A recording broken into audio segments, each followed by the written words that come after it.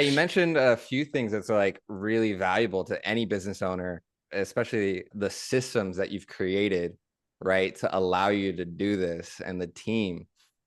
And like it was cool. You mentioned you have people in Colorado, you said Africa, right? Or Yeah, they're in uh Kenya right now. Kenya.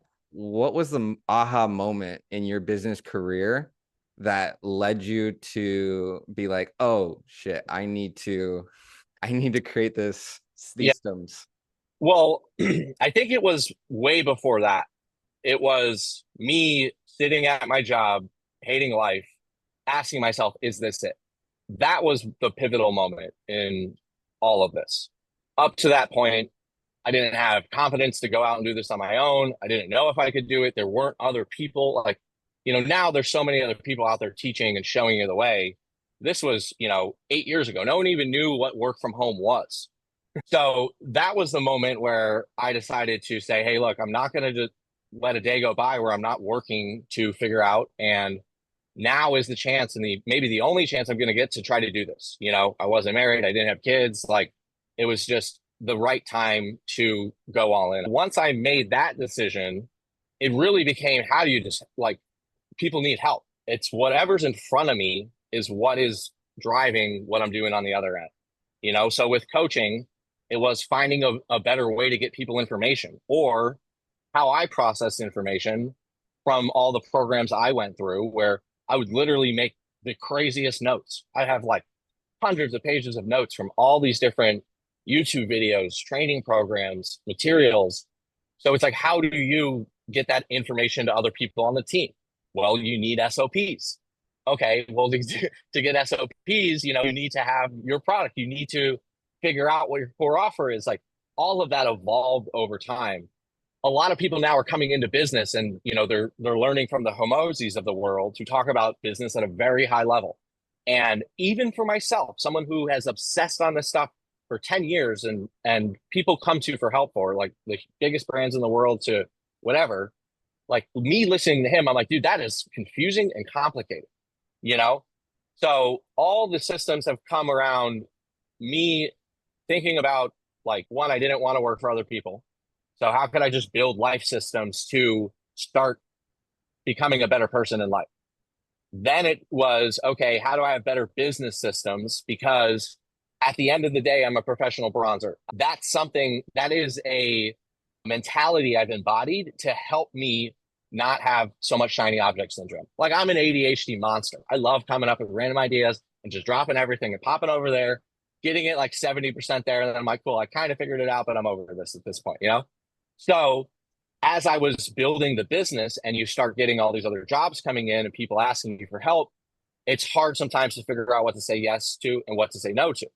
So me being a professional bronzer was part of my life systems where it was like, hey, I I'm not taking that job on because it's going to require me to be in one spot all the time, going to do the production, whatever. I want to run ads. So by taking on this extra work for just a little bit of cash, it's probably not the right fit. I need to go find that right client that believes in the value, sees the bigger vision, isn't going to worry if I'm on the road traveling because they know everything's still being handled. Then it was, well, how do I do that and manage a team so I don't have to do the work? Well, we need systems. So like everything I think just comes down to systems and even as far as goal setting, like right now my goals are less result oriented, like less I need to hit X amount of money by the end of the year, more how do I make the same amount but work half the time? And by doing that, once again, we're restructuring our systems, we're condensing them. It just forces us to think about things in a different way versus, oh, I can take that on. It's not a big deal. It's like, no, this is the direction we're going. If that doesn't fit into it, too bad. Yeah, I love how you've taken like the time to really think because you can tell within your journey just how you answer those questions. Like you've taken time to take back and see what is important to you. There's a lot of business owners I was just networking with, people who are million plus industry all the way to like 200 million, and they were all getting talked about like when's the last time you had a vacation, and no one raised their hand where they could actually like just take off and like you can get pigeonholed into just building, building, building. But like for you, professional bronzer, right? It's your life. So It is my life. how can It's my I? life. I'm working on becoming, super bronzer status. part of the elite. I don't think there's anyone actually out there, so I would be the first. I would But be it honored, but really, yeah, it really was, dude. It was the same deal. You know, when you first start in business, all you want to do is get to like 100 grand a year. You know, if you can hit six figures, that's your first big milestone. And then you get there and it's like, well, nothing changed. Well, what do we do next? We get to 1 million. And then you get there and you hit it and it's like nothing changed. So what do? You get to, you realize that when you have this loop in your head, once I hit $1 million, then I'll take a vacation. Oh, once I finish this, once I get this next client, I'll join this coaching program. I get that one all the time on sales calls. It's like, well, how long have you been saying that? Once I do whatever, you know, so as I was kind of growing the business and realizing that things didn't equate to more happiness for me, it became more important to also teach that. That's part of like being a content savage to me. A lot of people, they get into it, you know, I love to shoot, but then you get into the business and then all you do is the business side and you forget why you started it in the first place. You know, if we're not taking time to do the things we love in life, whether that is go shoot, spend time with your family, travel, work on a passion project, this stops becoming fun. The whole reason we're doing it in the first place is not fun. If you don't know how to manage clients correctly, working with clients sucks. You say running an agency sucks. I want to go do something else, you know, but once you learn how to, you realize, okay, you know, now this is in place. So I think there is this one, there's a step of overcomplicate things as you are trying to get where you want to go because you see the end vision. You know, I've always known where I was going to go with this. I just wanted to get there 10 times faster. So by taking time throughout the journey to slow down, December is a big month for me where I'm just like, I tell myself I'm not working. To me, that just means like I get to just do internal stuff. No clients are going to bother me, whatever. But I just clean up the year. I review everything, calendars, notes, calls, projects. Where did we make money? Where did we lose money? Where's the 80-20 in every single thing that we're doing within the business? And that has always kind of helped us stay lean and nimble, yet also give me the flexibility to say, oh my God, a trip to Antarctica just came up. I'm out for 2 weeks. Hopefully, hopefully nothing breaks, you know, the business doesn't crash and sink. But that trip, everyone actually came, which was fun. So I don't even remember the original question now.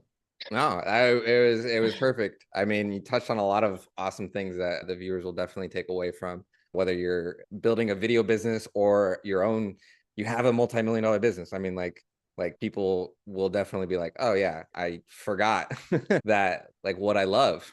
And it's so valuable. I think that's what we do a lot with business owners that they don't realize is we come in to help them build systems they don't even see, right? Like when you were showing me some of the automations you were doing with your one client the other day, I was like, this is what people are not understanding in a sales conversation where I'm saying, you know, we're going to use video to move people along and do this and do that.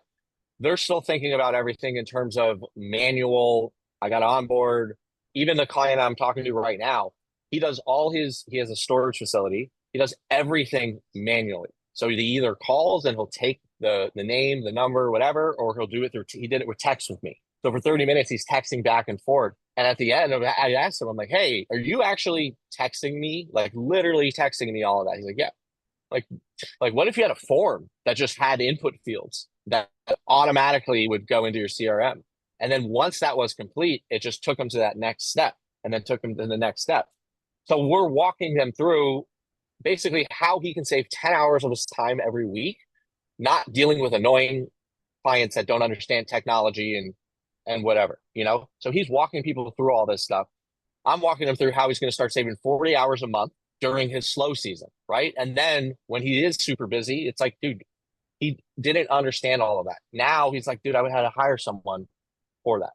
So as we can keep, you know, as tech keeps evolving, AI keeps evolving, a lot of the new work that's happening is like people don't even know it exists because it is so new on the forefront. And we're at the very front of it trying to explain to people who are still being like, oh, I think we need a website. Oh, I think we need social media content. You know, when did websites come out, man? The 90s? People are still saying, I think we should pay attention to that.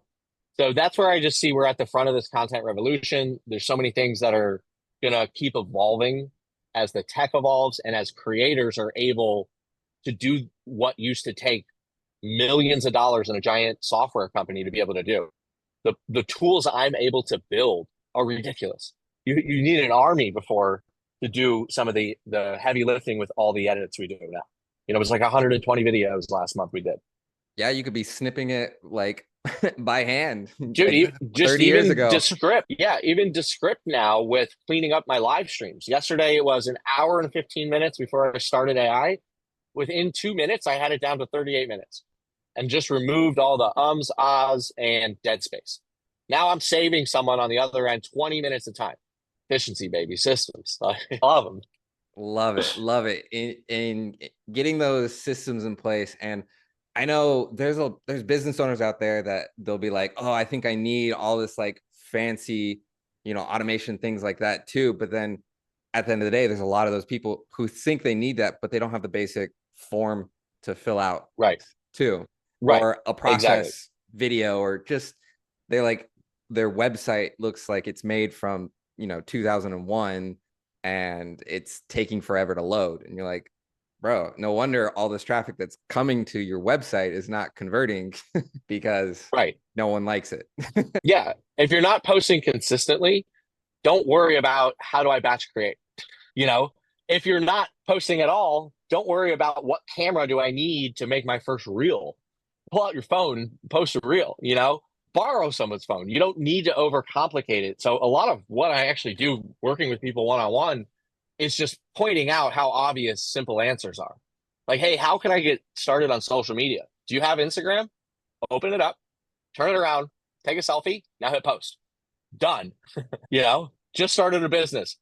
That is better than nothing. You just need to be visible because we live in an attention driven economy right now where everyone's just fighting for people's attention. You get hit with 10,000 random pieces of content, messaging, marketing, everything throughout the day, you know? So most people get caught up in, I'm going to look like an idiot when they don't realize no one cares about them. They care about themselves and only themselves as they're going about their day. They have a million things in their own head that they're thinking about. So they're probably spending 5 seconds on average, maybe watching your reel or piece of content. And if the content doesn't perform, guess what? No one even sees it because the algorithm would just bury it. So there's this like fear that I think just a lot of people need to get over. And then the consistency part is the second side, because I talked to a client today that's like, hey, one of our dealers is doing great with, organic content. We should be doing more of that. Like, dude, we deliver you 10 reels every month. You guys don't post them, So it's just these little bottlenecks in the business and in the overall funnel that need to get streamlined. But it's not 18 funnels and 18 offers. It is one traffic source, one offer, one method. That's what people need to dial in and stick with. If it's organic, stick with it. If it's paid ads, stick with it. Where I see people getting it wrong is like, that didn't work after 2 months. Did it not work, or did you just work with the wrong person? Or did you just not know what you're doing? Well, if you enjoyed this clip, you're definitely going to enjoy the full podcast. The whole shebang should be right here. So go ahead and click on this. And then don't forget to like, share, subscribe. It all helps. And I appreciate you, your face, and clicking right here to enjoy the next full episode. All right. Peace.